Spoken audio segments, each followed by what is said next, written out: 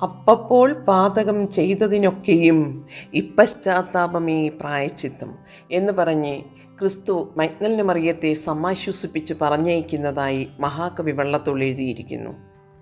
കുറെ കൂടി വ്യക്തമായും കൃത്യമായും വിശുദ്ധ വേദപുസ്തകത്തിലും ഈ സന്ദർഭം കാണാം. പ്രസിദ്ധ ഗ്രന്ഥകാരിയായ റിബേക്ക ബേർഡ് ഇങ്ങനെ എഴുതി: we should never look back, the past finished. ശ്രദ്ധേയമായൊരാശയം ഈ പ്രസ്താവനയിലുണ്ട്.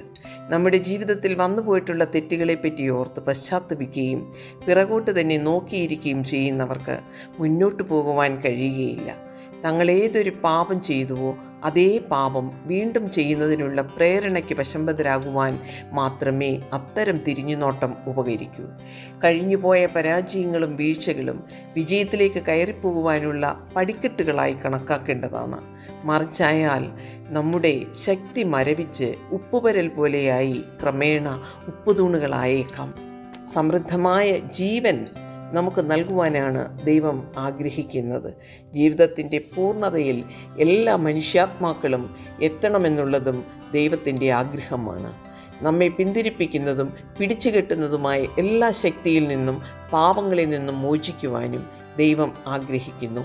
ഒരു വലിയ നോമ്പിനെ കാത്തിരിക്കുന്ന ഈ വേളയിൽ ദൈവകരങ്ങളിൽ നമ്മുടെ ജീവിതത്തെ തന്നെ നമുക്ക് ഭരമേൽപ്പിച്ചു കൊടുക്കാം.